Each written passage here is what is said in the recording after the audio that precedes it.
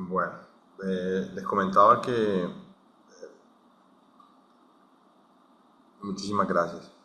Les comentaba que vamos a hacer un recuento de la clase de ayer. Les voy a compartir unas diapositivas que también se las voy a hacer llegar. Compartir en este momento estas diapositivas. Sure. Ok, todos los pueden ver ahí.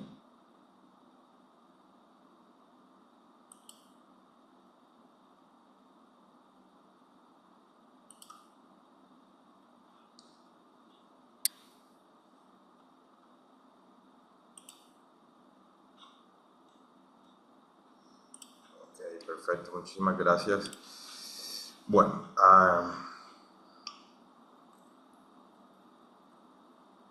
eh,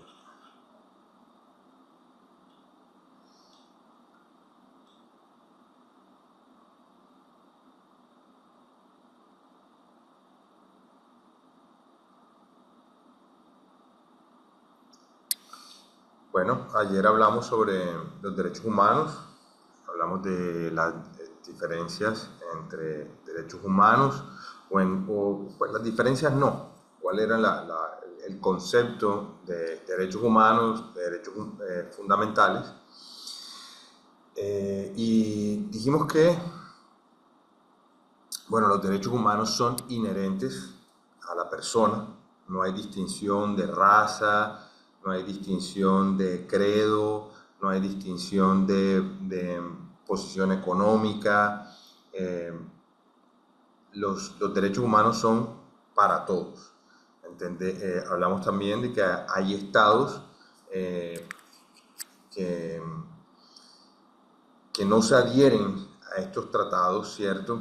Pero eh, por lo menos los países que tenemos un orden democrático nos adherimos a estos tratados, y independiente de que una persona sea de un país, digamos, de,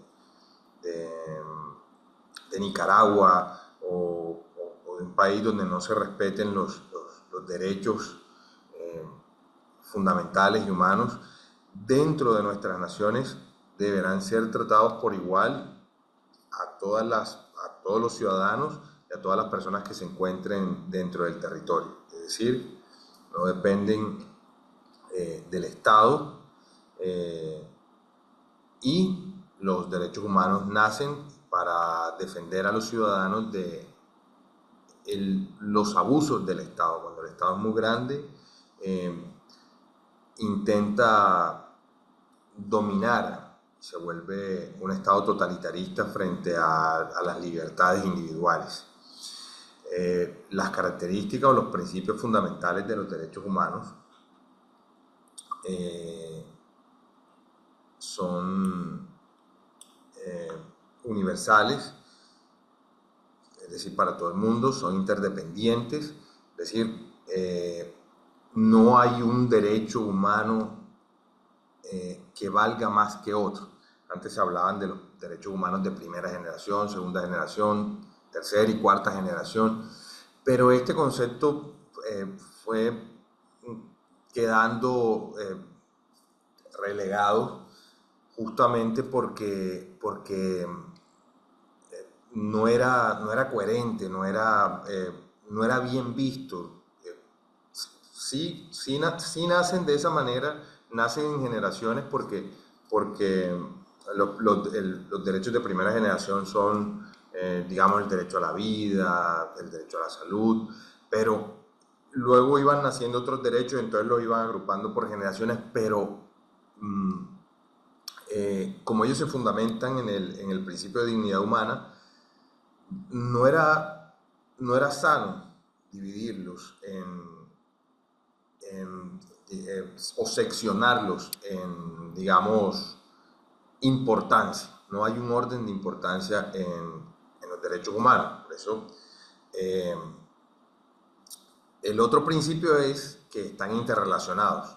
Es decir, por ejemplo, un ejemplo nacional, en Colombia, el derecho a la salud no está visto como un derecho fundamental, ¿cierto?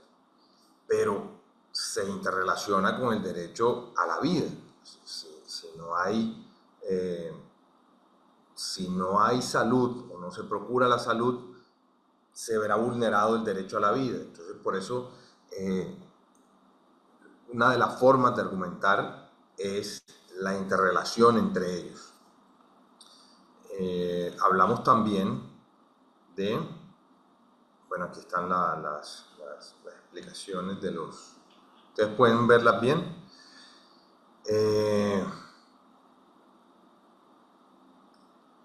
Unos pequeños ejemplos que escribí por aquí.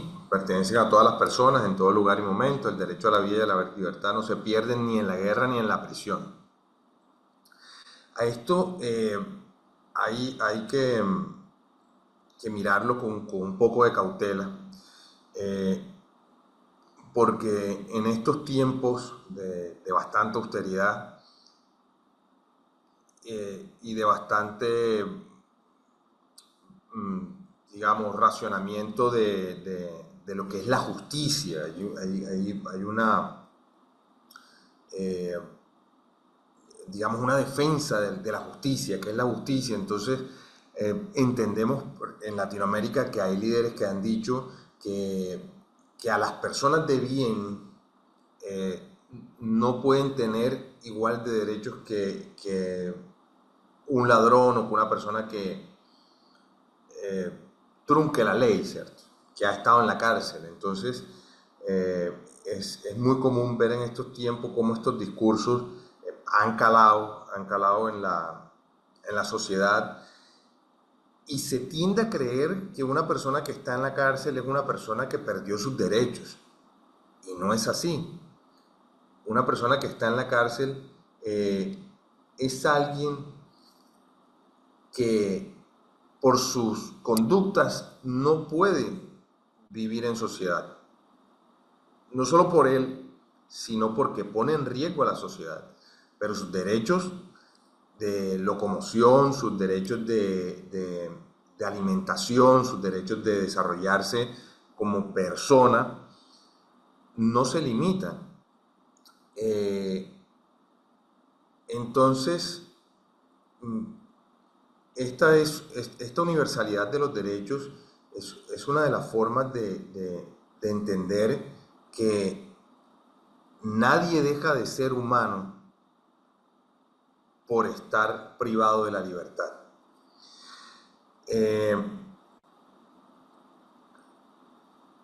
El segundo principio es la interdependencia, la violación de un derecho que afecta a los demás. Y un ejemplo, negar la educación también vulnera el derecho al trabajo. Por ejemplo, hablando también de los presos, las personas que están privadas de la libertad tienen derecho a trabajar, tienen derecho a su sustento, porque se supone que las cárceles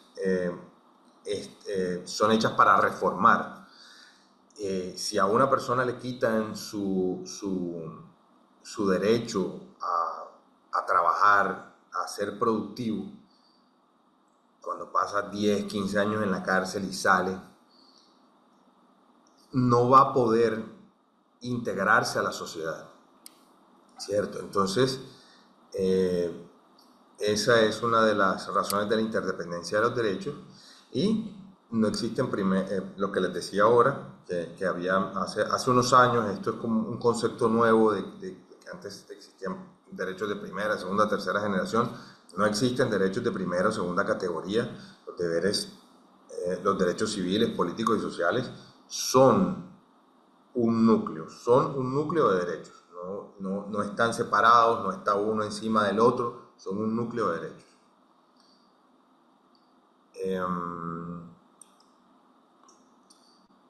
Sí, también hablamos de que tras la Segunda Guerra Mundial se consolidaron en la Declaración Universal de los Derechos Humanos, se crea la ONU en el 48, ya había existido para finalizar la Primera Guerra Mundial, la unidad de naciones, que se creó con el mismo fin de evitar las guerras, de hacer que las guerras fueran un poco más humanitarias. Se reguló el uso de ciertas armas, pero la unidad de naciones falla. Falla porque se da la Segunda Guerra Mundial, se desmonta la unidad de naciones, se crea la ONU en el 48,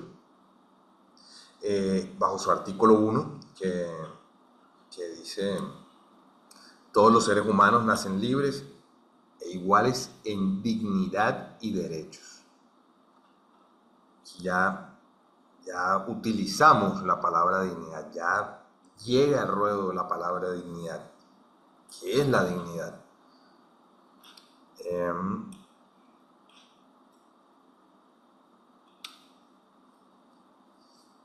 Entonces, hablamos también de los derechos fundamentales, hablamos de los derechos humanos, los derechos fundamentales que son. Para que estos derechos sean efectivos, deben tener una fuerza dentro del Estado. Y cómo en los países democráticos un derecho tiene fuerza dentro de un Estado, en su constitución. Entonces dijimos que cuando un derecho humano es adherido a las constituciones de nuestros países, se convierte en un derecho fundamental.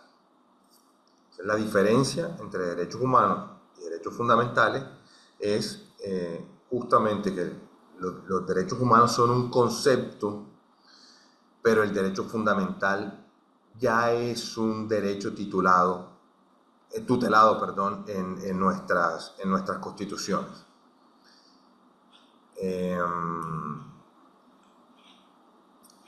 ¿Sí? Entonces, diferencias y conexión de los derechos humanos y derechos fundamentales. Los derechos humanos, sus fuentes son el derecho internacional. Los derechos fundamentales son las constituciones de cada uno de nuestros países y las leyes internas que regulan o que dictan cómo se debe tutelar ese derecho. Los derechos humanos son universales, los derechos fundamentales son nacionales, pero en medida de cómo se va a defender ese derecho. No es que solamente sea nacional, sino cómo ese país va a utilizar sus recursos y su fuerza, cómo ese Estado va a defender ese derecho. ¿Quién garantiza los derechos humanos? Los derechos humanos los garantizan los organismos internacionales. En nuestro caso, en América, nuestro sistema interamericano, la Comisión Americana de Derechos Humanos y la Corte Interamericana de Derechos Humanos. Y los derechos fundamentales, los tribunales y los jueces locales internos en cada país.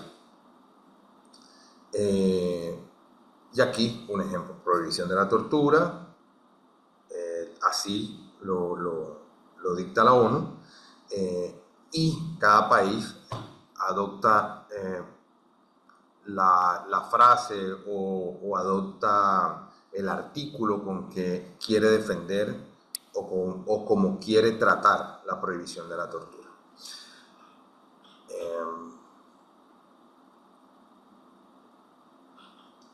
Aquí tenemos, bueno, entonces hablamos también de lo que es la dignidad humana. Y una frase que me gustó mucho, que es: la dignidad humana es el valor inherente a cada persona y el principio que da sentido al derecho. Por ejemplo, nadie puede perder su dignidad. Es el fundamento, límite y fin de todo orden jurídico. Es decir, ayer hablamos que la dignidad humana nace como un concepto, sí, pero luego se comienza a pensar como un principio y, como lo dice la frase, como un límite de hasta dónde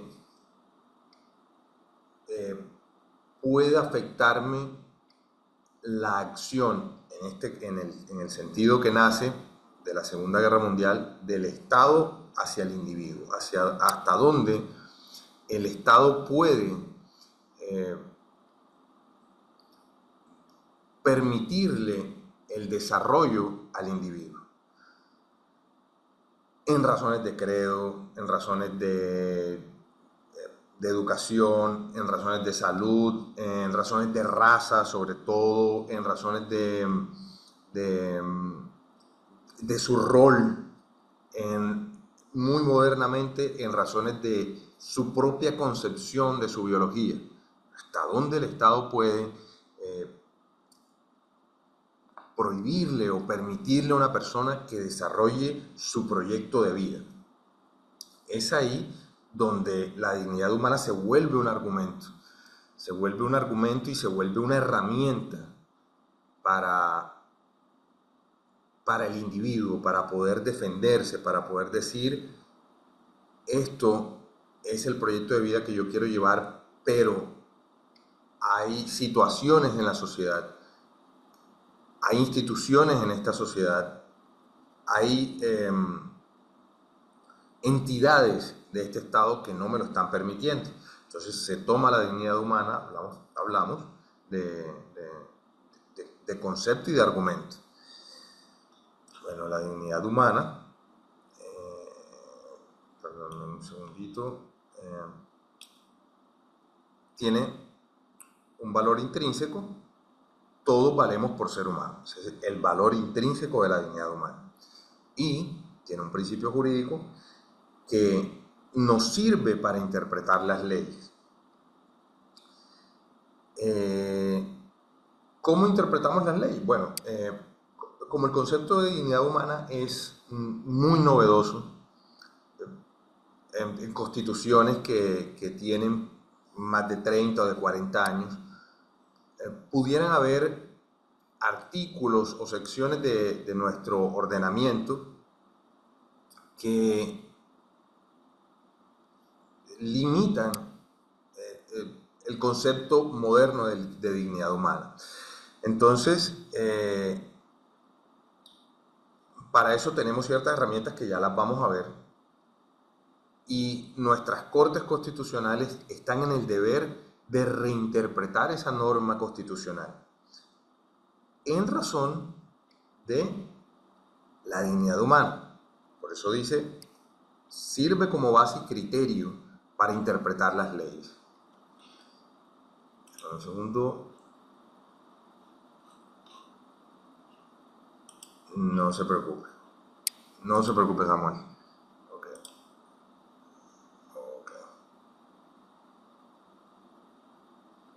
Bueno, este fue el resumen de nuestra clase de ayer. Un resumen muy corto. Ya me retiro de aquí un segundito.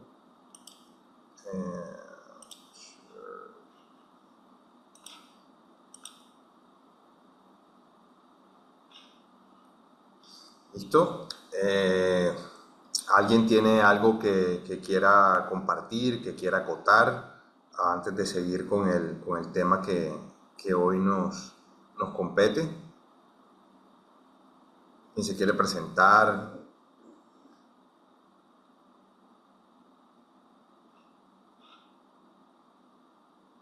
Veo que han ingresado más compañeros. Bueno, entonces,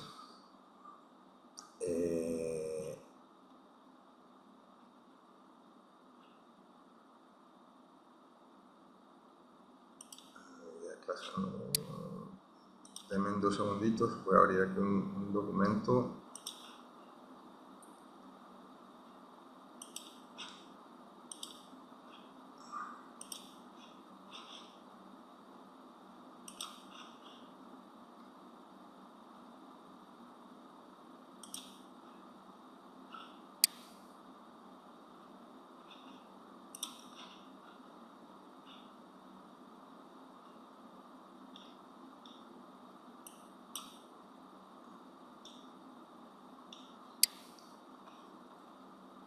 Bueno, hoy vamos a hablar sobre el bloque de constitucionalidad.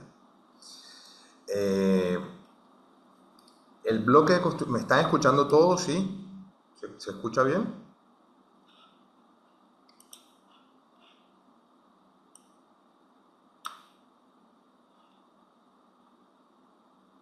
Gracias, Samuel. Bueno, el bloque de constitucionalidad eh, es una herramienta que es propia del derecho internacional público. El derecho internacional se divide en dos, como la misma orden constitucional de cada país. Está el derecho público, está el derecho privado. En el derecho internacional también está el derecho internacional privado, el derecho público, el que nos atañe es el derecho público. Eh, el bloque de constitucionalidad es un concepto que se utiliza para añadir a las normatividades internas los tratados internacionales a los que se suscribe cada país. Entonces,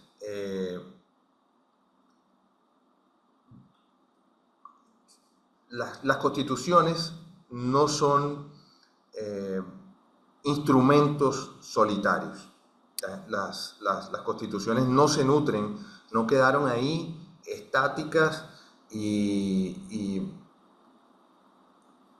el paso del tiempo no las puede afectar. No, las constituciones son instrumentos que constantemente son revisados por nuestras cortes constitucionales y por la usanza internacional.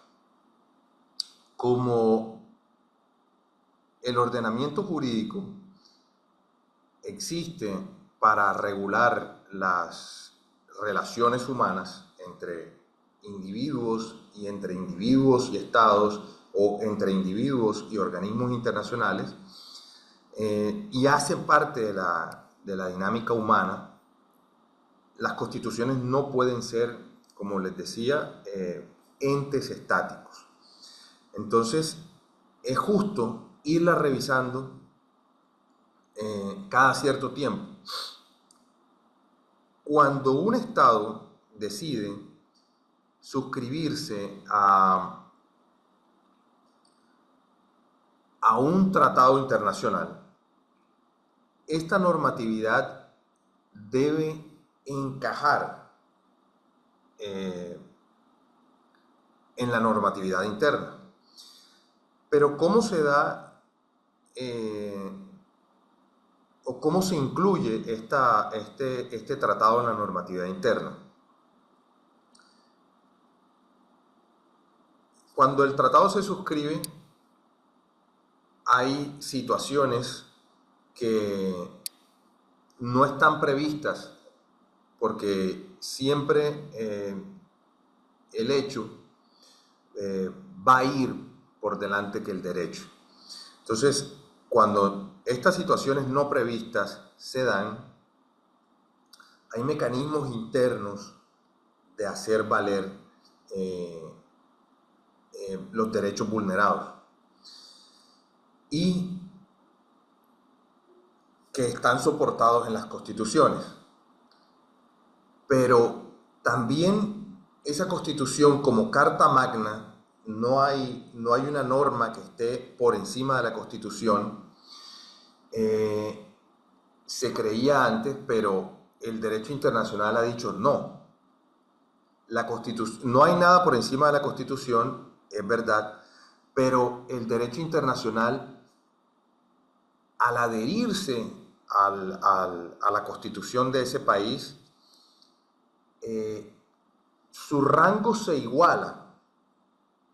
Entonces se crea lo que es el bloque de constitucionalidad. Entonces es como si la constitución fuera un sol muy brillante, pero los tratados que suscribimos son como satélites que giran alrededor de ese sol. Entonces son todo un sistema y son un sistema que protegen a los derechos internos. Entonces, cuando nosotros vemos que hay reformas a las constituciones, se dan precisamente porque las situaciones sociales que ocurren dentro de los países ya son tan latentes que las constituciones deben cambiarse y ellas mismas tienen sus formas de modificarse. Cada constitución tiene su manual de cómo en Colombia se hace una consulta, hay plebiscitos, en determinadas maneras también se pueden hacer por decreto presidencial. Cada constitución tiene su forma. Entonces,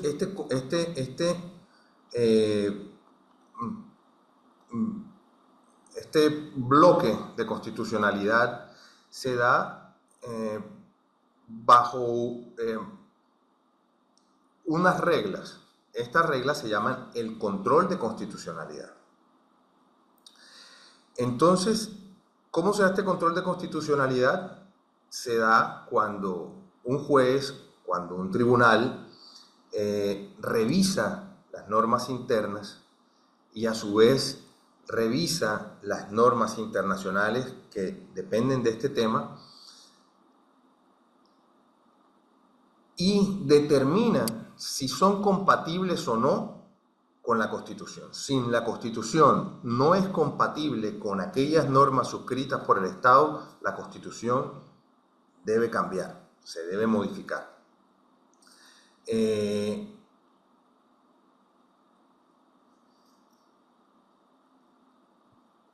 Por lo tanto, una frase que me gustó, que la anoté, es sobre esta es una frase de la Corte Interamericana en uno de los fallos del caso Baena Ricardo versus Panamá, que me gustó muchísimo, es que el Estado no puede justificar una violación de derechos humanos alegando su derecho interno. Es decir, si el Estado tiene una constitución muy vieja o no ha previsto un caso de violación de derechos humanos, eso no justifica a que el Estado no deba reparar el daño hecho, ¿cierto? Precisamente porque el país ha suscrito los tratados internacionales. En el caso de Baena Ricardo, que se da en Panamá en los años 1990, un grupo de trabajadores, 270 trabajadores, hacen una huelga y el gobierno panameño toma la resolución de desemplearlos, de sacarlos, de votarlos. Y ellos utilizan la normatividad interna para poder hacer valer sus derechos, utilizan los derechos de petición, luego van con la tutela, dice la sentencia, esto pasa a los juzgados de primera instancia, segunda instancia, pasan a tribunales, no pasa nada, todos le dan la razón al Estado y ellos deciden utilizar los mecanismos interamericanos de protección de derechos humanos y tras un largo litigio a ellos les dan la razón. La Corte, la Comisión Interamericana investiga, la Corte juzga y le dan la razón a los 270 trabajadores. Pasan muchos años, pasan casi 5 años, para que a estos trabajadores se les restituyan sus derechos. ¿Por qué? Porque el Estado panameño argumentaba que en su normatividad interna ellos podían desemplear a los trabajadores que hicieran huelga, que no lo hicieron de manera ilegal, no, según la sentencia, ellos no cumplieron el conducto regular de su mecanismo de protesta, pero aún así fue una huelga pacífica. Y la Corte Interamericana le dice al Estado panameño, no, a estos trabajadores o los vuelves a emplear o tienes que indemnizarlos porque ellos están en su derecho, porque la huelga es un derecho fundamental. Y no solamente eso, sino que obliga al Estado panameño a incluir dentro de su normatividad interna el derecho a la huelga pacífica. Entonces, este es un caso hito porque es la primera vez en Sudamérica que la Corte Interamericana obliga a un Estado a modificar su normatividad en pro, eso se llama el principio indubio pro operario, en pro del trabajador. Entonces hace valer ahí los derechos laborales. Pero justamente porque se violan otros derechos fundamentales, como cuáles, como el derecho del debido proceso. El Estado panameño decide desemplear a 270 personas sin respetar el debido proceso. Es decir, sin notificarlos primero, sin llegar a algunos acuerdos conciliatorios primero, que eso también está en la normatividad de la libre asociación. Y el debido proceso como derecho fundamental es lo que tutela la Corte Interamericana, pero ¿en razón de qué? En razón de la dignidad humana.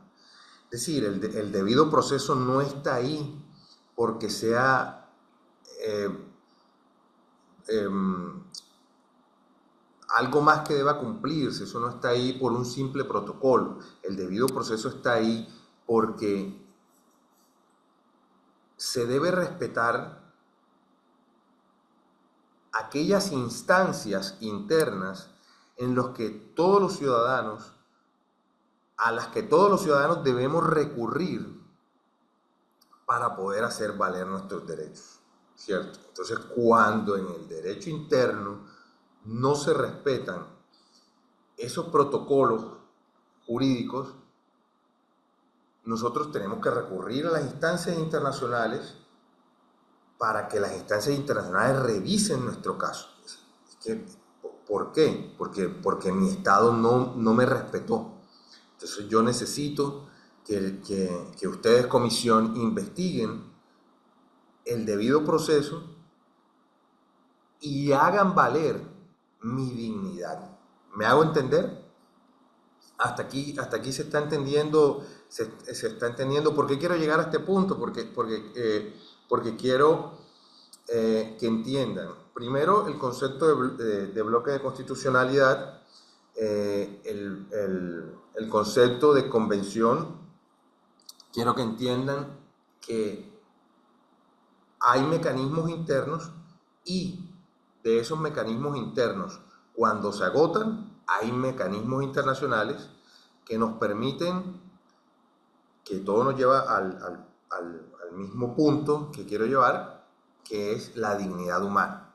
Siempre la dignidad humana como concepto y como forma argumentativa. Hasta ahí se ha entendido cómo vamos con la clase. ¿Quién quiere aportar algo?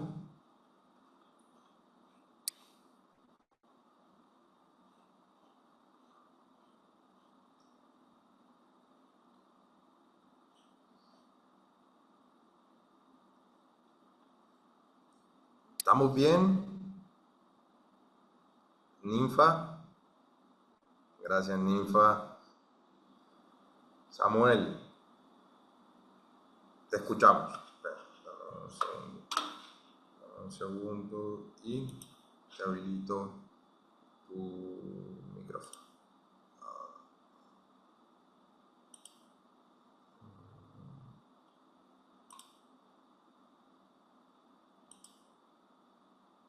Eh, ¿Puedes hablar, Samuel?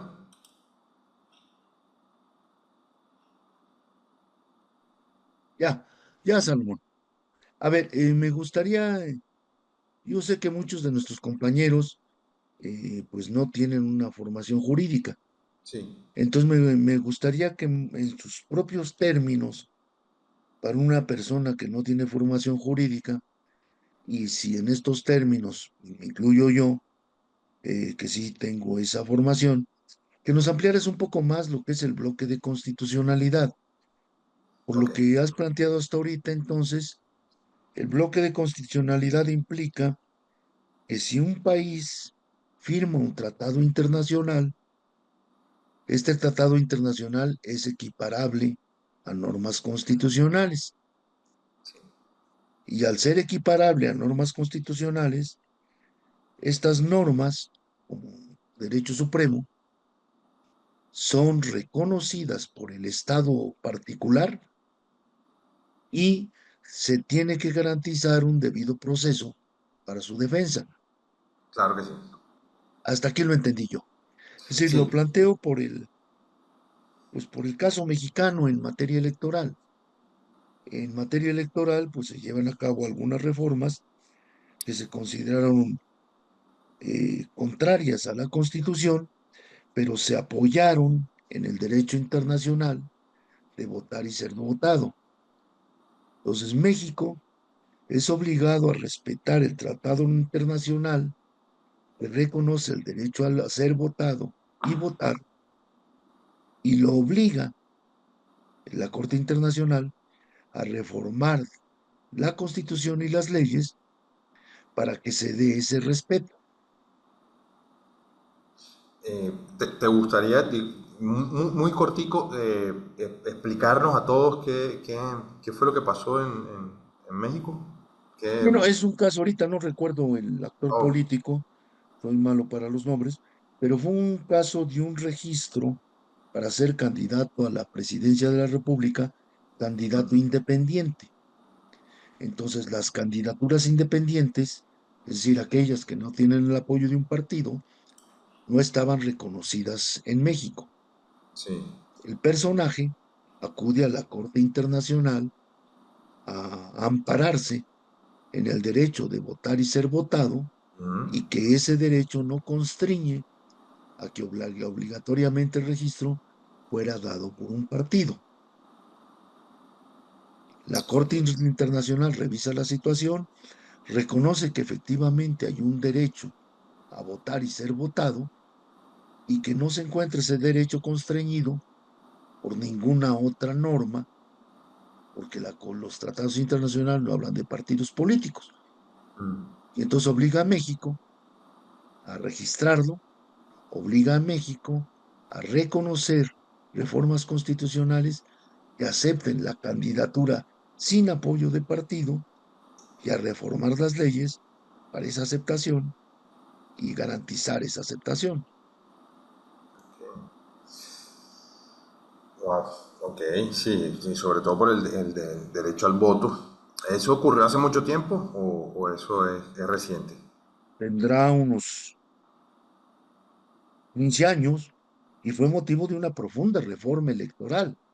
Claro, claro, sí, porque 11 años me parece muy reciente porque pues, ya nuestra democracia estaba muy avanzada, es que hace nada. Sí, el derecho al voto es el derecho a elegir y a ser elegido es un derecho fundamental también. Pero bueno, el bloque de constitucionalidad, para explicarlo, voy a tratar de explicarlo un poco mejor o en otras palabras, eh, se da porque nuestras constituciones son de difícil modificación. ¿Sí? Un plebiscito, lo más fácil es un decreto presidencial, pero también tiene sus limitaciones, eh, una consulta popular. Entonces, una de las formas en cómo nuestros reglamentos internos se van estudiando a sí mismos es con nuestras cortes constitucionales. Pero también utilizan como fuente los tratados internacionales, la usanza internacional.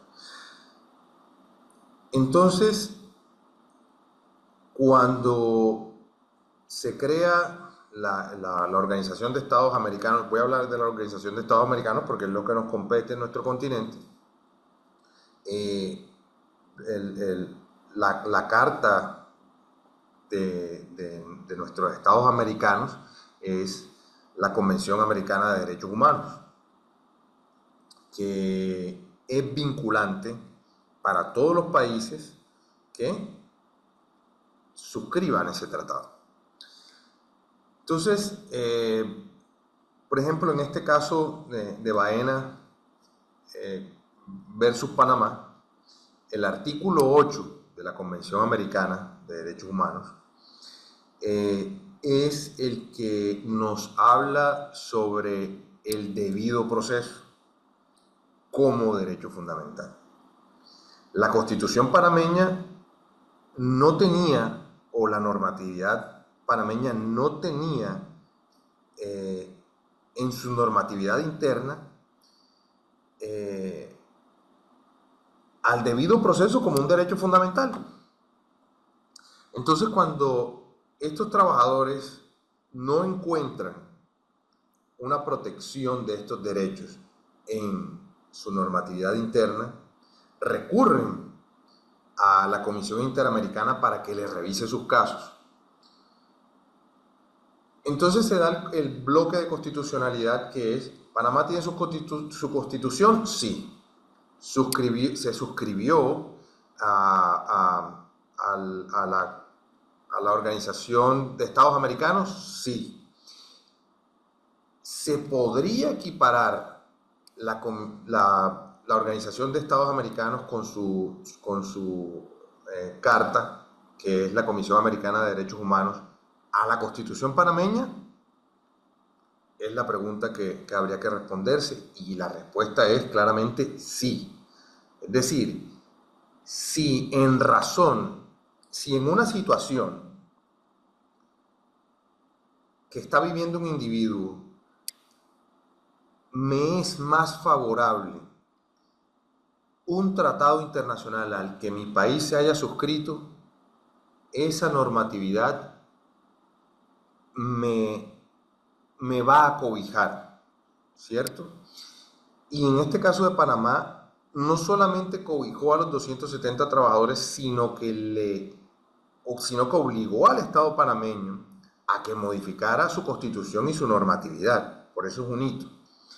Entonces el control, el bloque de constitucionalidad es que la Constitución no es un elemento estático, no. La Constitución es un elemento vivo, porque las normas son dialécticas, tan dialécticas como la conducta humana. Y como es un elemento vivo,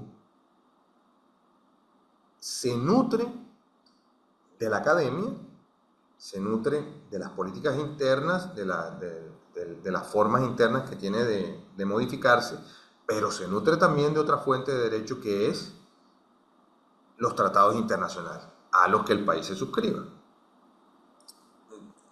Tan es así que Estados Unidos no se suscribe a ningún tratado hace casi 20 años. Ellos dicen no. ¿Y por qué? Porque nosotros tenemos nuestras normas, y nuestra justicia es tan fuerte que nosotros no necesitamos que una corte internacional nos revise. Eso lo dicen ellos ahí dentro. Nosotros sí necesitamos órganos subsidiarios. Yo asumo que los Estados Unidos también, diría. Pero bueno, ¿quién les dice algo? Porque los abusos de poder, el poder político se bandea en las otras ramas del poder, incluida la rama judicial.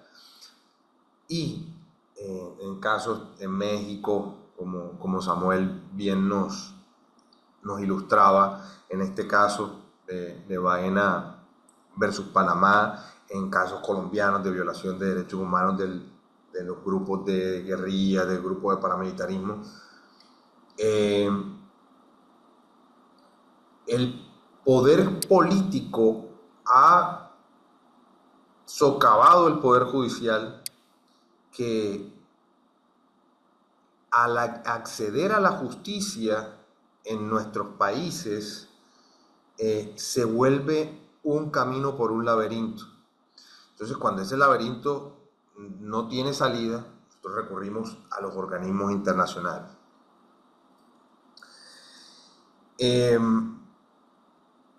Recurrimos a los mecanismos internacionales y estos obligan a nuestros países, bajo sanciones económicas, medidas cautelares, a que restituyan esos derechos. Entonces, el bloque de constitucionalidad es justamente, tal cual como lo explicó Samuel, que me pareció una manera más sencilla, es equiparar la Constitución a los tratados internacionales. ¿En razón de qué? En razón de que si hay una normatividad, la Constitución interna o el tratado internacional, beneficie más al individuo, el individuo podrá optar por la normatividad que lo beneficie más, ¿cierto? Eso es un principio que se llama el indubio pro persona. Es decir, la ley más favorable al individuo, más favorable a la persona humana. Entonces, ¿por qué explicaba yo el control el bloque de constitucionalidad? Porque yéndonos desde lo macro hasta lo micro, quiero que en la clase de hoy entendamos la primera herramienta que tenemos los latinoamericanos para acceder a hacer valer nuestros derechos. Ayer les hablaba de la tutela, pero la tutela corresponde para el día de mañana, porque hoy vamos a hablar. Sí, Ninfa, si quieres hablar,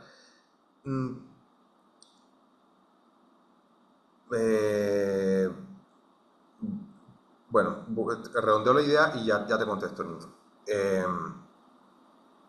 Entonces, vamos a hablar hoy del derecho de petición.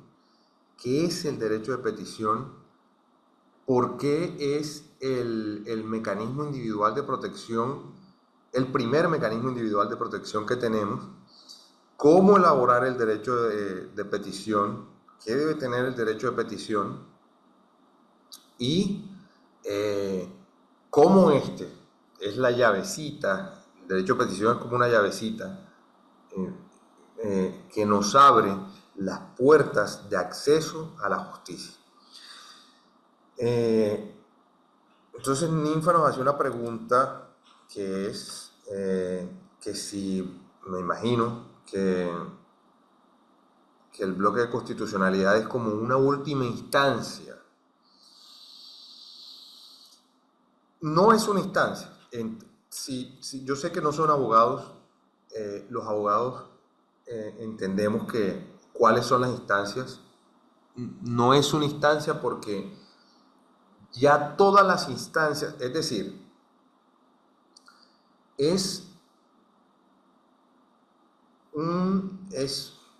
cuando ya todas las instancias internas, claro que sí, cuando ya todas las instancias internas se han agotado, la primera instancia de la ADCEM, que es el juez de primera instancia, juez de segunda instancia. En Colombia hay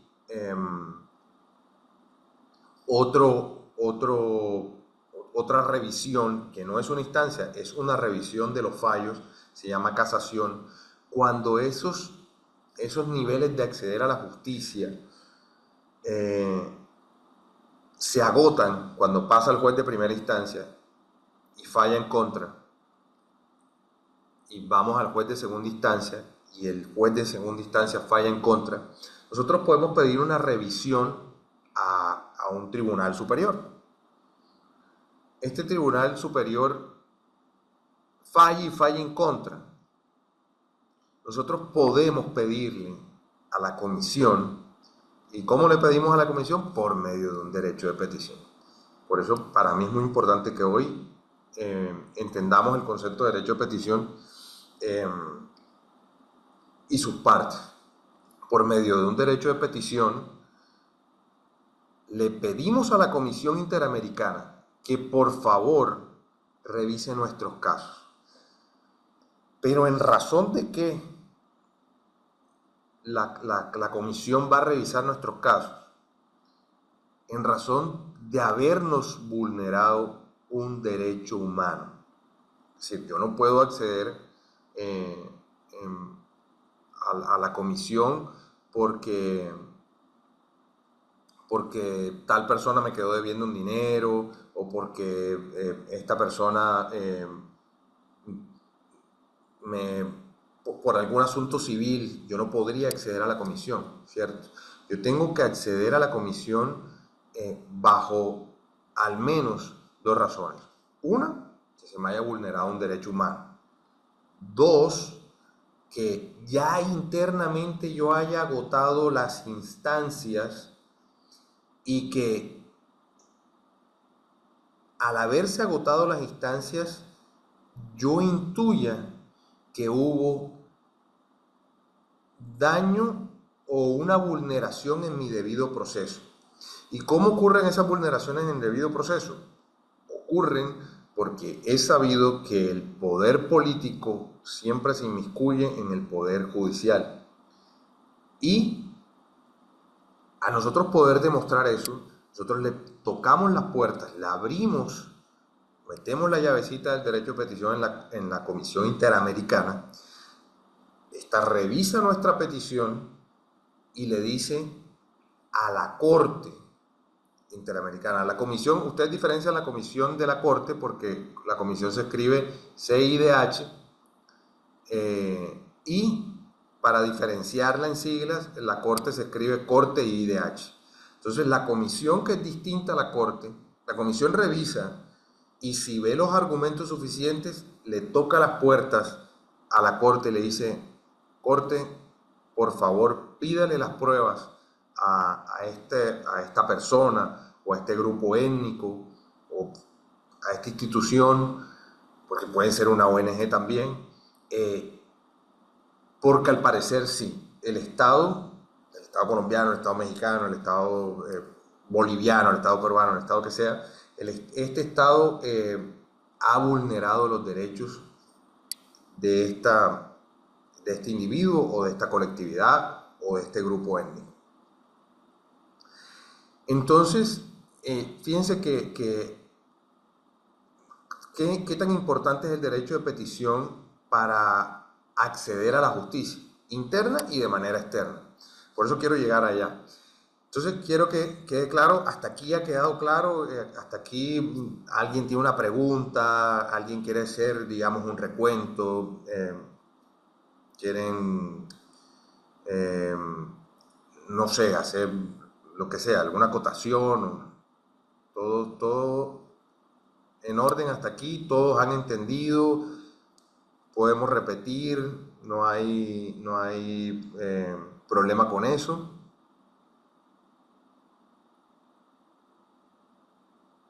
Bueno, seguimos adelante.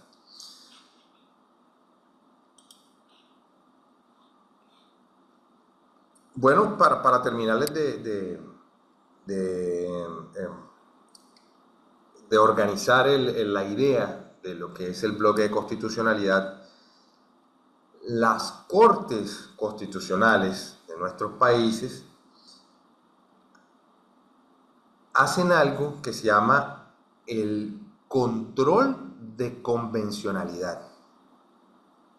Es algo muy sencillito, pero voy a hacer la explicación para que quede el tema. El control de convencionalidad es cuando las cortes constitucionales toman la Corte Interamericana, falla contra el país y dice, esto tiene que ser así porque ustedes firmaron un acuerdo, ustedes firmaron un tratado y no lo respetaron. Entonces, las cortes revisan el tratado. Vamos a ver nuestra normatividad interna.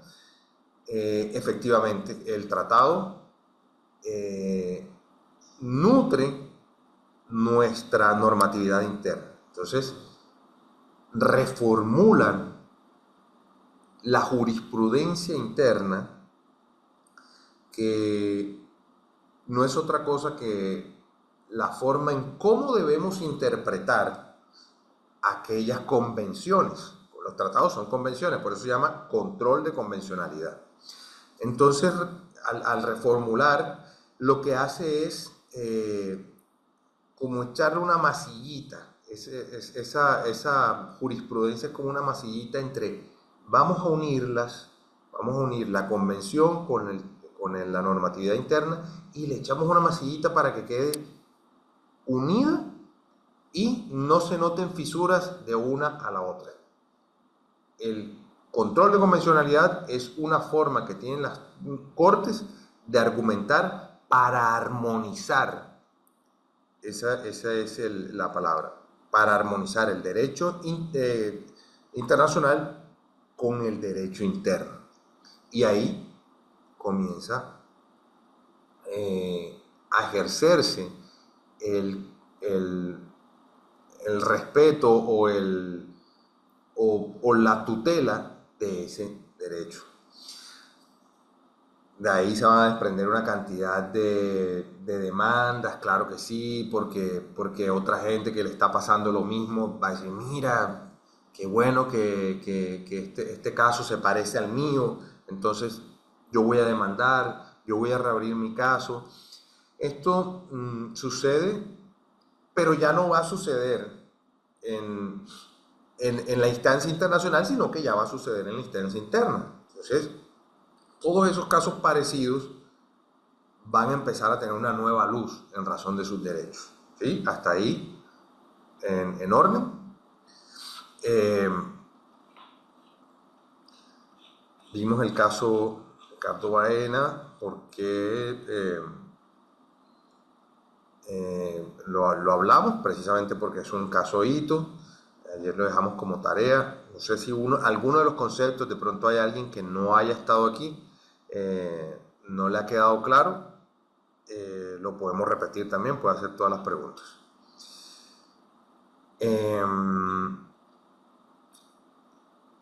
Miren que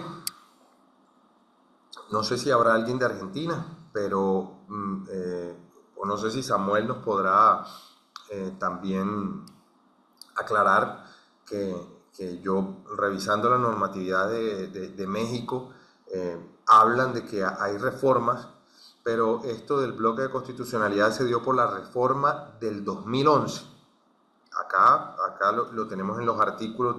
Colombia es el artículo 93, el que permite la entrada de los tratados internacionales al derecho interno. En Argentina es el artículo 75. En Costa Rica se ha dado por jurisprudencia interna y esto de sus cortes, y eso ha permitido que el derecho internacional se adhiera al derecho interno. Pero en México veo que es por reformas, por la reforma del 2011. Entonces, hasta aquí hemos visto el marco internacional y el derecho constitucional. Pero, ¿cómo hace una persona del común, cómo hace una persona cualquiera que no haya estudiado derecho, ciencias políticas, que como hay mucha gente en nuestros países que no haya tenido un nivel educativo, cómo hace para que se respete y se vele ese principio fundamental del acceso a la justicia? se da por un derecho de petición. Entonces, ¿qué es un derecho de petición? El derecho de petición es una solicitud sencilla, pero respetuosa, que se hace a las autoridades o a las instituciones públicas. Y este derecho de petición está soportado, por lo menos en Colombia, en el artículo 23, en nuestra Constitución, en el cual dice que toda institución está en la obligación de dar respuesta a los individuos que de manera respetuosa se dirijan a las instituciones públicas o a las instituciones administrativas. Entonces, el derecho de petición es una herramienta básica, pero por básica no quiere decir que sea una herramienta anodina, no quiere decir que sea una herramienta que no sirva, sino que es la herramienta que nos abre las puertas al sistema judicial.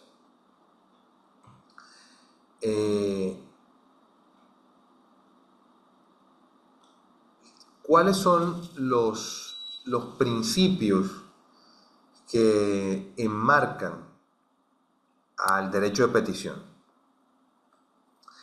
El primer principio es el principio de gratuidad.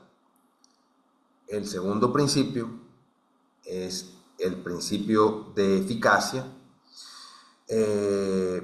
Las respuestas que nos debe dar la administración pública o las entidades públicas debe ser oportuna y rápida. No se pueden demorar un mes, 2 meses, 6 meses, un año en responder. En Colombia tiene un plazo de 15 días y si es para obtener alguna información, digamos contable o alguna información interna de la institución, dan 30 días, pero porque ahí no está en peligro la vida humana. Pero en caso de que alguien con cierta enfermedad necesite un medicamento o necesita resolver una situación en que su vida esté siendo vulnerada, el derecho de petición debe ser entre 10 y 15 días. Si el derecho de petición falla, si el derecho de petición no es contestado, hay una figura que se llama el silencio administrativo y se puede acceder a la tutela.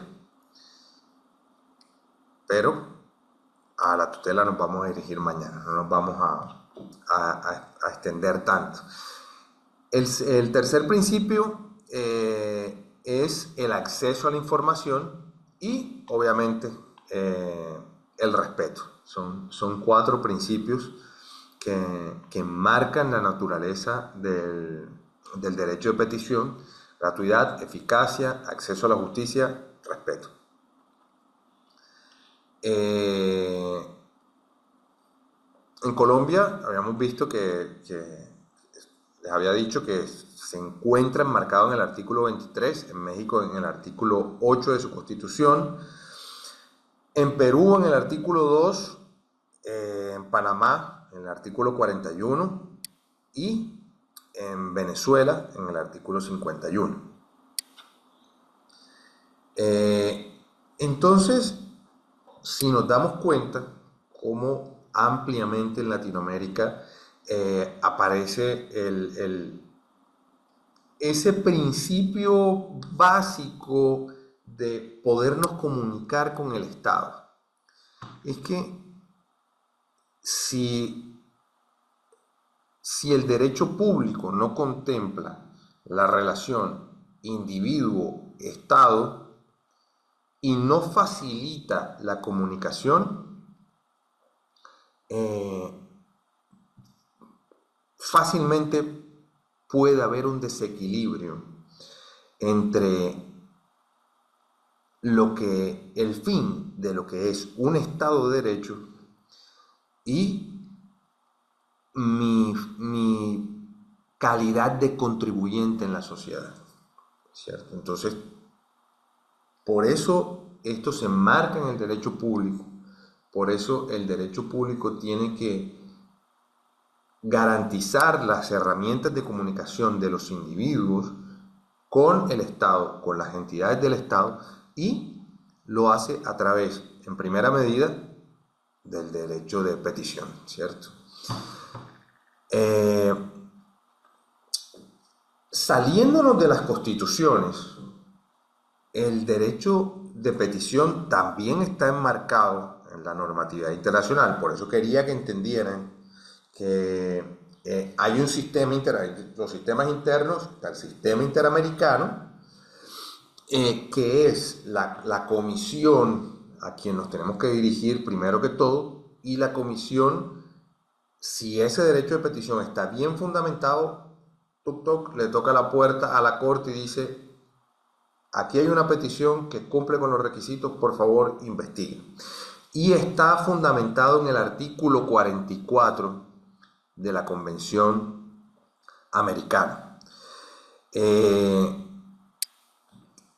Este artículo 44 es el que nos dice que cualquier persona en cualquier estado del continente americano puede acceder a la comisión de manera respetuosa,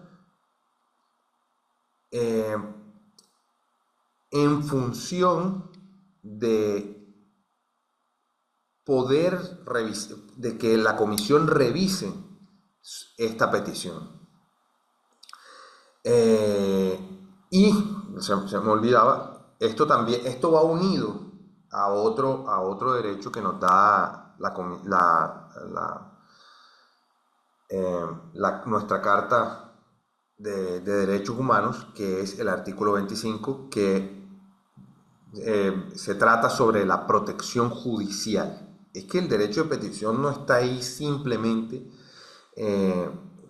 para que nosotros le pidamos a la administración pública cosas.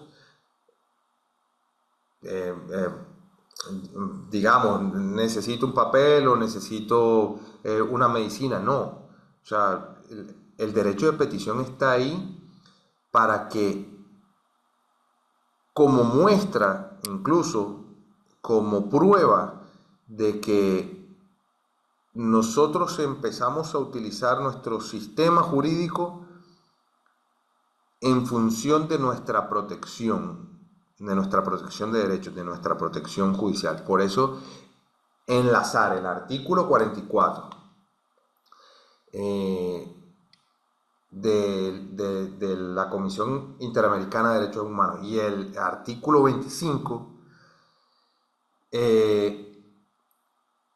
nos da, y eso deberíamos, siempre que nos dirijamos a la Corte, a la Comisión, siempre debemos citar estos dos artículos. Esto nos da una protección total de fundamentos jurídicos para lo que nosotros querramos pedir.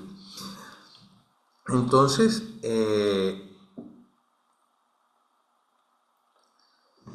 aquí ¿qué se necesita para que un derecho de petición sea efectivo? Bueno, se necesita, primero que todo, identificar al solicitante. Se necesita hacer saber cuál es la autoridad, los hechos claros y respetuosos. Los hechos son muy importantes a la hora de hacer una petición. ¿Por qué hago esta aclaración? Porque yo creo que todos, cuando salimos de las universidades, estamos como muy afanosos por trabajar, por por utilizar todo ese conocimiento, toda esa teoría, queremos llevarla a cabo y volvemos unas máquinas de poner derecho de petición en razón de los abogados. Y muchas veces estos derechos de petición son rechazados o no son contestados, y cuando no son contestados yo digo, uy, qué bueno que no me lo contestaron porque ahora voy a tutelar. Y cuando tutelas y te responden la tutela y te la fallan en contra también, te das cuenta de que no relataste los hechos, de que no cumpliste el conducto regular de la petición, más allá de los básicos, a quién te estás dirigiendo, quién se dirige. Los hechos claros son los que van a encadenar la otra parte fundamental del derecho de petición, que es qué estás pidiendo concretamente. Pero estos hechos y estas peticiones no valen por sí solos, que es la otra parte que se nos olvida siempre que hacemos un derecho de petición. Entonces, en el caso colombiano, nosotros citamos el artículo 23 de la Constitución, entonces creemos que ya está blindado nuestra petición, y no es así. Todo derecho de petición, siempre que estés pidiendo un derecho fundamental, que es lo que nos atañe en este curso, debe no solo enlazar el artículo constitucional que blinda el derecho de petición, sino el artículo que blinda ese derecho fundamental que tú quieres hacer valer, ¿cierto? Entonces, siempre que estemos redactando un derecho de petición, teniendo en cuenta que debemos ser concisos, pero certeros a la hora de detallar los hechos, debemos tener muy en cuenta que los hechos tienen que ir enlazados con las peticiones. No puedo pedir otra cosa que yo no haya relatado. ¿Cómo voy a pedir algo que no se haya dicho en los hechos? Entonces, ¿para qué voy a ponerme a relatar un hecho que no tenga nada que ver con lo que yo deseo? ¿Por qué voy a hacer una petición, o por qué voy a dejar de hacer una petición, o por qué voy a creer, que ese es otro error muy común, de que si ya relaté los hechos, las peticiones son obvias? Y hay algo que yo creo fielmente, que nada en el derecho es una obviedad. Es decir, no se puede pedir por pedir, pero tampoco podemos asumir que el juez es un ser benevolente, o que la administración pública, o que la persona que está detrás de la administración pública es un ser benevolente que va a intuir lo que sucede. Sí sucede. De pronto hay gente muy preocupada por los demás, así como ustedes, estoy seguro, pero nosotros, la persona que emite un derecho de petición, no puede intuir que el otro conoce la necesidad. Cada individuo que emite un derecho de petición, porque el derecho de petición tiene una estructura algo parecida a una demanda, y sobre todo si es a la administración pública, las demandas administrativas muchas veces son falladas en contra, porque la contraparte alega, sí, lo pidió en la demanda, pero no me lo pidió en el derecho de petición inicial. Y es así como muchas demandas de restablecimiento del derecho, muchas demandas administrativas, son infructuosas simplemente porque el mecanismo inicial, nuestra herramienta inicial, fue mal usada. Es decir, es como una casa. Si una casa no le haces una edificación, tú no le haces unos cimientos y de pronto en el techo ves que hay una grieta. Tú reparas la grieta, pero esa grieta se abre otra vez y se abre otra vez hasta que llegue un experto, contrata a un ingeniero, alguien que te haga un estudio y te diga, bueno, sí, el problema se está viendo allá arriba, pero es que el problema no es de arriba, el problema es que los cimientos de esta edificación están mal hechos. Entonces, cuando ya es tarde, cuando nada se puede hacer. Por eso, cuando muchos abogados nos damos a esa tarea como que damos por obvio que es que ellos hacen un derecho de petición. Es que un derecho de petición es como si un médico no supiera poner una inyección. Mm, yo creo que nunca hay que sabérselas todas. Yo creo que nunca hay que sabérselas todas. Y hay siempre cuando iniciamos este camino, cuando iniciamos el camino de la vía judicial, que los primeros pasos sean los más poderosos. Entonces, si alguien quiere decir algo, bienvenido. ¿Tienen alguna pregunta? El derecho de petición consta de tres bases, de tres fases, pero estas tres fases van concatenadas. Es la enseñanza que yo quiero que se lleven hoy. Del bloque de constitucionalidad, el control de convencionalidad y el derecho de petición. Yo les voy a dar les voy a hacer llegar unas diapositivas sobre los ejemplos que les estoy dando, pero en este momento parece más importante que me escuchen. Las diapositivas de la clase pasada también se las paso en un momento. El derecho de petición consta de estas tres fases: de comentar los hechos,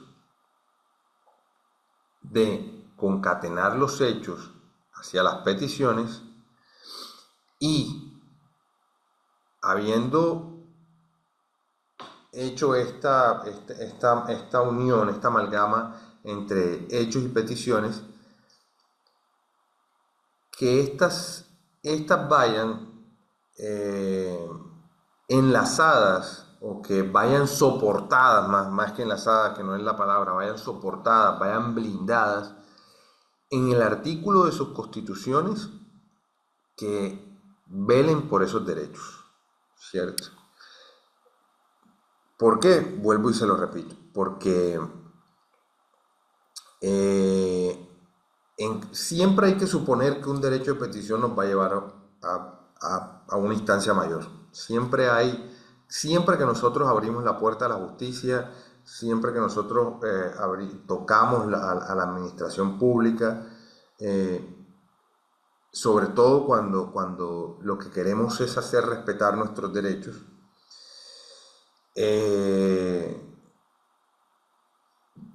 tenemos que ir con la mentalidad de que eso no va a quedar ahí, de que esta llavecita me va a abrir la puerta de qué, de una posible conciliación o en el mayor de los casos en una demanda. Si esa demanda en su inicio no estuvo bien soportada, seguramente no va a haber una buena defensa. Seguramente nuestros argumentos se van a caer. Seguramente la contraparte va a tener de dónde agarrarse para decir sí, pero ¿cómo podíamos nosotros saber o cómo le podemos hacer eh, conocer su petición si no nos lo pidió? Nosotros no somos, nadie está obligado a adivinar lo que el otro no pide. Entonces, teniendo en cuenta eso que les digo, siempre tenemos que tener en cuenta de que siempre que accedemos a la justicia vendrá, ojalá que no, una demanda. Y hay que soportarla bien. El derecho de petición es el cimiento eh, de nuestro argumento, es el cimiento de nuestros derechos. Eh, entonces,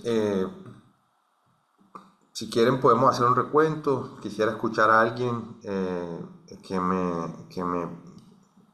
para no hablar yo tanto, que me haga alguna pregunta o me dé alguna explicación de lo que no le haya quedado claro de estos tres conceptos que manejamos hoy, porque mañana sí quiero, y está pues, así estipulado en el plan, en nuestra hoja de ruta, cómo accedemos hacia la tutela, cómo está fundamentada la tutela en, en el sistema interamericano, cómo, dónde está fundamentada la tutela en algunas de las constituciones en Latinoamérica. Vamos a ver un ejemplo sobre cómo a partir de un derecho de petición no contestado se instaura una acción de tutela y vamos mañana a hacer una comparativa de cómo a partir de la estructura de un derecho de petición podemos también facilitar la estructura de una acción de tutela. ¿Dónde nace la acción de tutela? ¿Por qué nace la acción de tutela? Que es ya parece algo muy común, pero fue un mecanismo o es un mecanismo revolucionario en nuestro sistema latinoamericano desde los años 90, de cómo la apertura económica llevó muchos países en Latinoamérica vivieron la transición de las aperturas económicas y cómo esto creó unos cambios sociales que, que no nos dieron otra salida sino tenemos que reformar nuestras constituciones y aquí tiene que haber un mecanismo que sea expedito para hacer valer que los derechos fundamentales. Entonces se crean las constituciones, en Colombia se creó en el año 91, se cambia la constitución de 1886, se inscriben unos derechos fundamentales y se piensa que el acceso a la justicia es demasiado lento y demasiado complicado para aquellos sectores de la sociedad que lastimosamente no han tenido un acceso a la educación, no tienen el nivel económico para pagar a un profesional y cuyos derechos empiezan a ser vulnerados. Esto pasa en Colombia y pasa en toda Latinoamérica, sobre todo en Brasil, que es un país pionero en estos accesos a la justicia. Y hay que aclarar que Brasil, el acceso a la justicia no es gratuito. Para acceder a la justicia se necesita pagar ciertos rubros. Sin embargo, esto es uno de los países de Latinoamérica con unos índices muy bajos de impunidad y de acceso a la justicia, porque Colombia es un país, no sé si pasa en sus países, hay gente de Perú aquí, hay gente de Venezuela, Samuel que vive en México, en Argentina. Eh, a pesar de la gratuidad de nuestro sistema jurídico, eh, y se utiliza este principio eh, cuyo fin aparente es que si es gratis, mayor gente irá a acceder a él, como en Brasil ocurre lo contrario, a pesar de no ser gratuito el acceso a la justicia, mucha gente accede al sistema judicial y se vuelve más rápido. Los fallos judiciales en Brasil son muchísimo más rápidos. Un fallo en Colombia, fallo administrativo en Colombia puede durar 5 años, quizá puede durar más, puede durar 8 años. Entonces, eh, se utiliza la tutela como nuestro sistema es tan paquidérmico, tan lento, se utiliza la tutela como método colectivo para agilizar la protección de nuestros derechos. Entonces, todo esto pasa, no deja de estar, las normatividades no dejan de estar por fuera de los cambios sociales y económicos, no dejan de estar por fuera y entonces comienzan, por lo menos en nuestro país, en los años finales de los años 80, principios de los años 90, una cantidad de movimientos sociales, de movimientos al margen de la ley, de aperturas económicas que cambian aquellas dinámicas en las que eh, el Estado estaba ahí, pero el Estado no resolvía todos, todas esas situaciones y no las resolvía de manera rápida, entonces se pide que por favor se incluya el modelo de derecho de petición y resguardando estos derechos fundamentales a la tutela, que la vamos a ver ampliamente mañana, la historia de la tutela, para que el acceso a la justicia sea muchísimo mayor. Entendido esto, me gustaría que alguien eh, me comentara cuál es su impresión sobre el caso Baena versus Panamá. Eh, ¿qué, eh, ¿Qué principios rectores logró identificar en este caso y si identifica en su población, en su país, algunos casos en los que la normatividad interna o el conducto regular del acceso a la justicia interno haya sido insuficiente y haya necesitado recurrir a las instancias internacionales. Me gustaría escucharlos un minutito, alguien que haga una intervención de 1 minuto, 2 minutos máximo.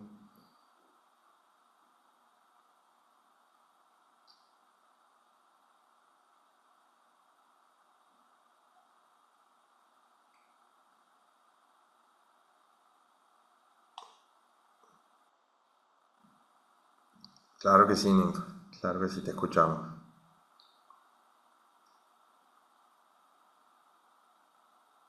¿Tienes?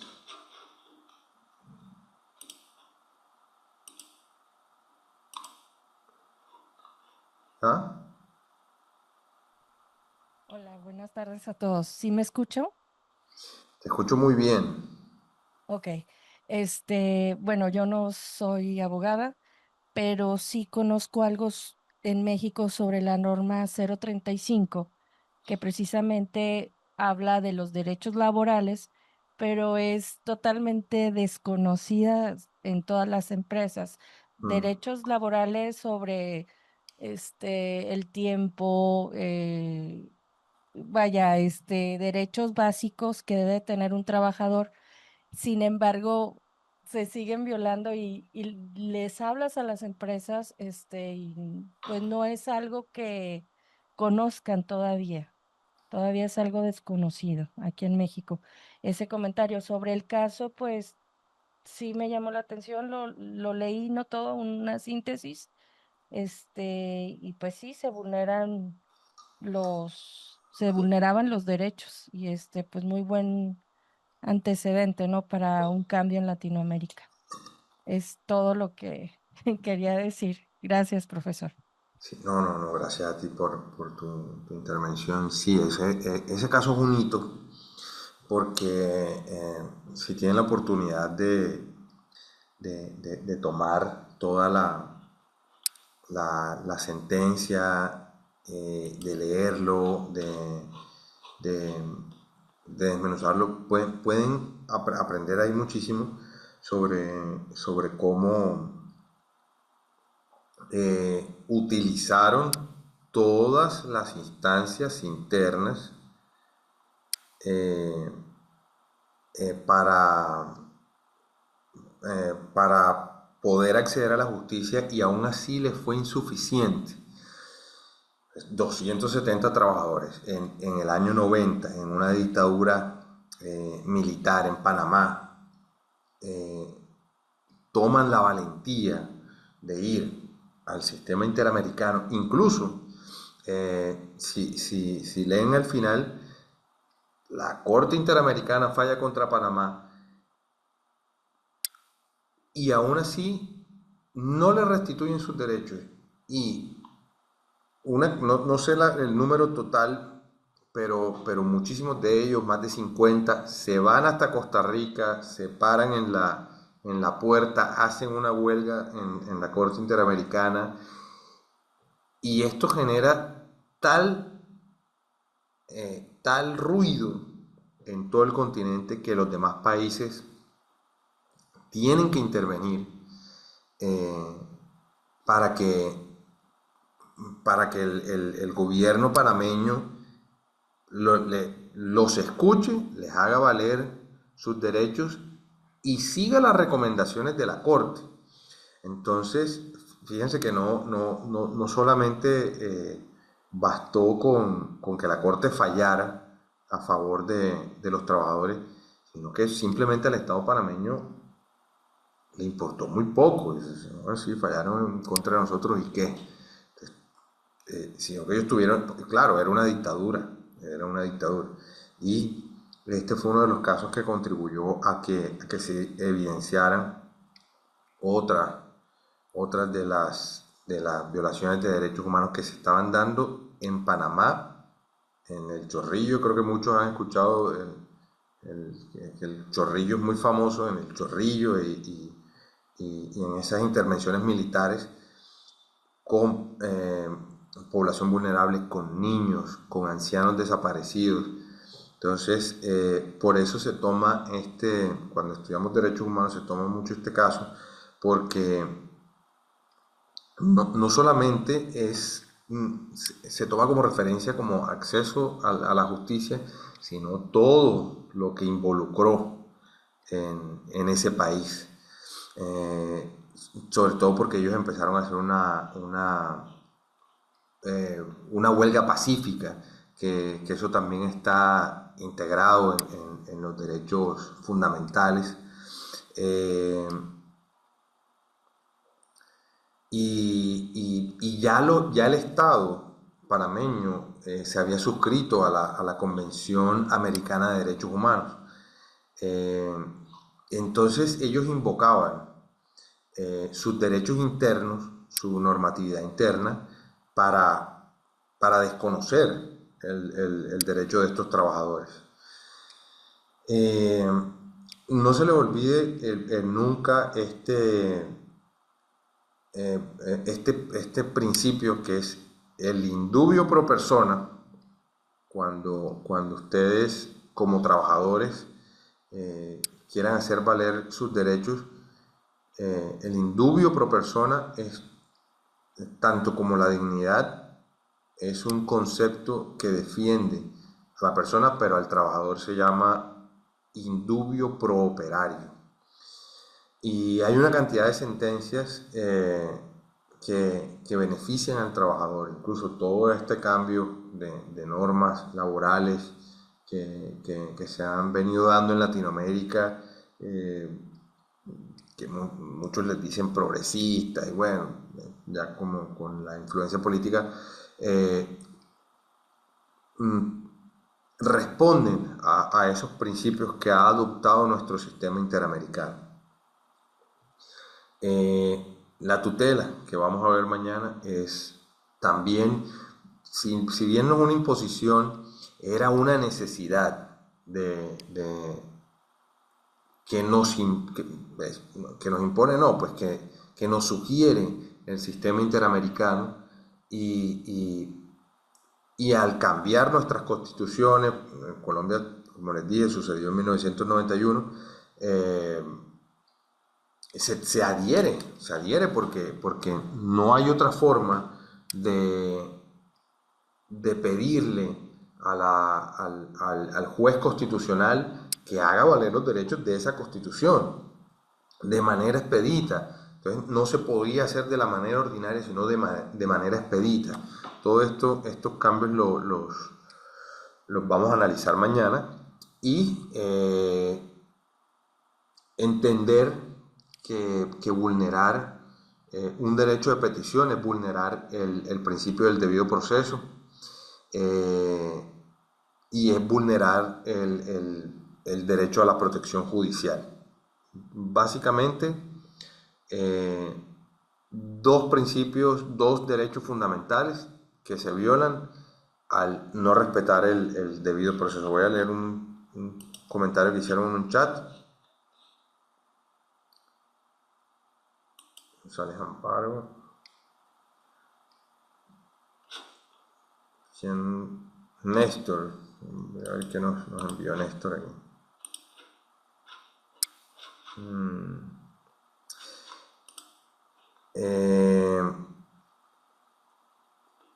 Entonces, al acceder al artículo 8 de la Convención Americana de Derechos Humanos, es el que nos fundamenta el acceso a la justicia y nos dicta que toda persona tiene derecho a ser oída con las debidas garantías. Ese es un principio básico del derecho procesal y dentro de un plazo razonable por un juez o por un tribunal competente. Es decir, el debido proceso no es simplemente un acto administrativo. Creo que ayer se los dije y hoy les hago el énfasis, porque el debido proceso, así como el acceso a la justicia, son derechos que van unidos, van concatenados. Si a mí no me respetan, si a mí no me cumplen con responderme un simple derecho de petición que de simple no tiene nada, ¿qué puedo esperar yo cuando quiera acceder o cuando quiera adentrarme un poco más a la justicia? Quiero que se queden con esos conceptos, quiero que se queden con el artículo 8 de la Convención Americana de Derechos Humanos. Quiero que se queden con el artículo 25, que dice: toda persona tiene derecho a un recurso sencillo y rápido ante los tribunales competentes para proteger sus derechos. Es decir, si ustedes hoy se van de esta clase entendiendo cómo las normas internacionales se adhieren a las normas constitucionales internas y tienen en cuenta que esa norma internacional tienen dos artículos, que es el artículo 8 y este que le acabo de leer, el artículo 25, y ustedes blindan sus peticiones bajo esos principios de la Carta Americana de Derechos Humanos y el artículo constitucional de sus países, créanme que ya ustedes habrán ganado mucho, porque mi preocupación principal al dictar por lo menos el módulo de hoy es que siempre vemos el derecho de petición como algo más. O sea, siempre vemos el derecho de petición sí, es como una carta que tú puedes escribir, y aquí mucha gente lo dice, ¿no? Un derecho de petición es algo que tú escribes, lo escribes a mano, le sacas una copia y te traes el recibido y lo entregas. No, el derecho de petición, si no está bien fundamentado en sus hechos y sus peticiones, y esto anclado a las constituciones y a estos dos artículos de la Carta Americana de Derechos Humanos, créanme que si bien se los pueden resolver, bien les pueden contestar sus derechos de petición y no va a pasar nada. Y va a decir, bueno, es que mira que no necesitaba tanto. Pero muchas veces no es así. Muchas veces el derecho de petición, como les hice el símil, es la llave que abre las puertas del acceso a la justicia. Y si no está bien abierta este acceso, si no se hicieron bien los cimientos de esta edificación que se podría presentar, seguramente nuestro esfuerzo no dará los frutos que nosotros esperamos.